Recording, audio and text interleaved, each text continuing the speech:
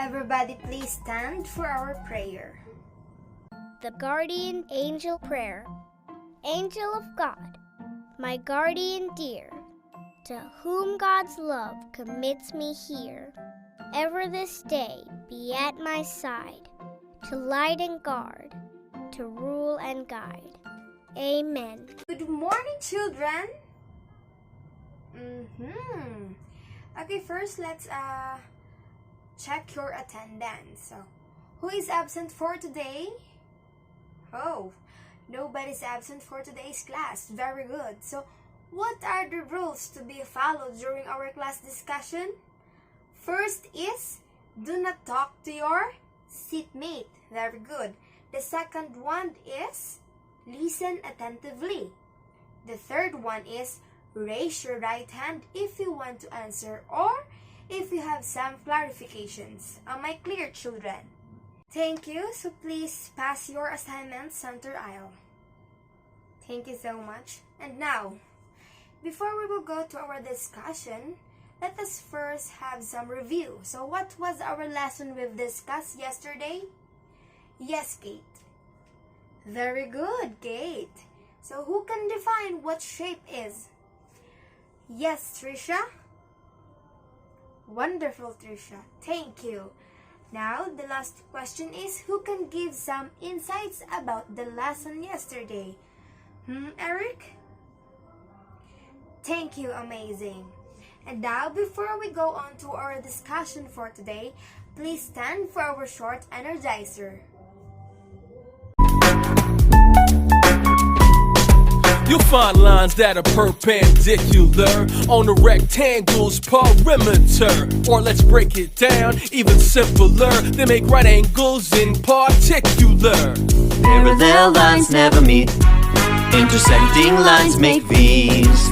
Perpendicular lines meet at 90 degrees. Put your hands in the air with me.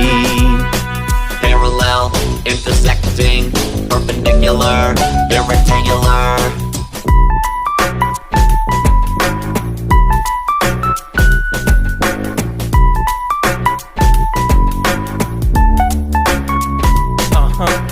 Now let's talk about detecting if two lines are intersecting. It's the term that we select if at any point two lines connect. Parallel lines never meet. Intersecting lines make V's. Perpendicular lines meet at 90 degrees. Put your hands in the air with me. Parallel, intersecting, perpendicular, they're rectangular.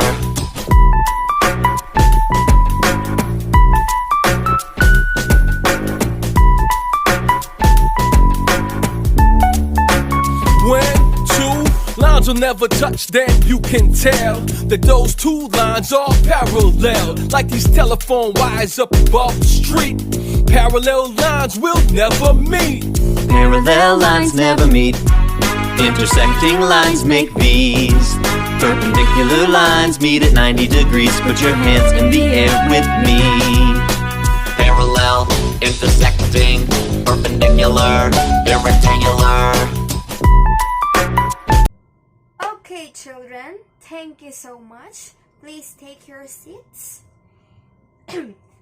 Everybody, please read our objective. So at the end of the lesson, the learners should be able to, first is define types of lines. The second one is mention different types of lines. So for today's activity, I will group you into two groups and name the types of lines based from the music video earlier. Time is up, children, so please pass your work. Thank you. Now, what are the types of lines that you defined earlier? Yes, group 1? Okay, thank you, amazing, very good. So, are all those lines the same? Very good. Now, our topic for today is all about types of lines. But before that, let us know first what is line. So a line in art is defined as a point moving in space, and it's one of the 7 elements of art, like line, color, shape, form, texture, value, and space. It is one of the most crucial elements as everything begins with just a simple dot in space that transforms into lines and then drawings. So, here are the 5 types of lines. The first one is horizontal lines, vertical lines, diagonal lines, zigzag lines, and the curved lines. First, let's talk about what is horizontal lines. Horizontal lines suggest a feeling of rest or repose because objects parallel to the earth are at rest. In this landscape, horizontal lines also help give a sense of space. These lines delineate sections of the landscape, which recede into space.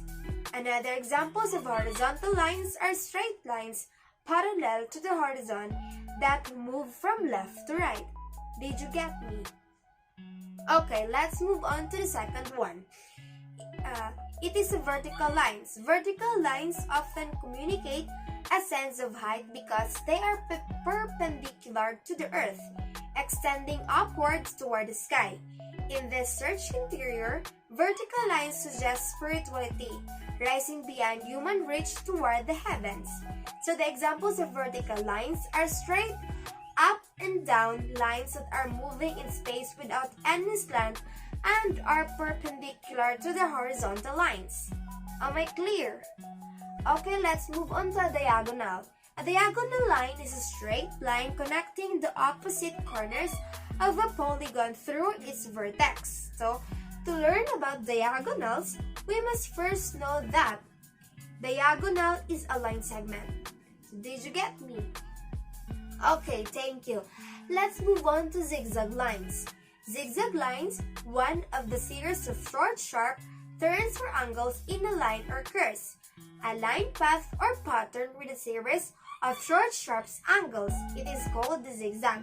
So the examples of zigzags are lightning and other electrical hazards are often depicted with a zigzag design, with long downward strokes and short backward ones.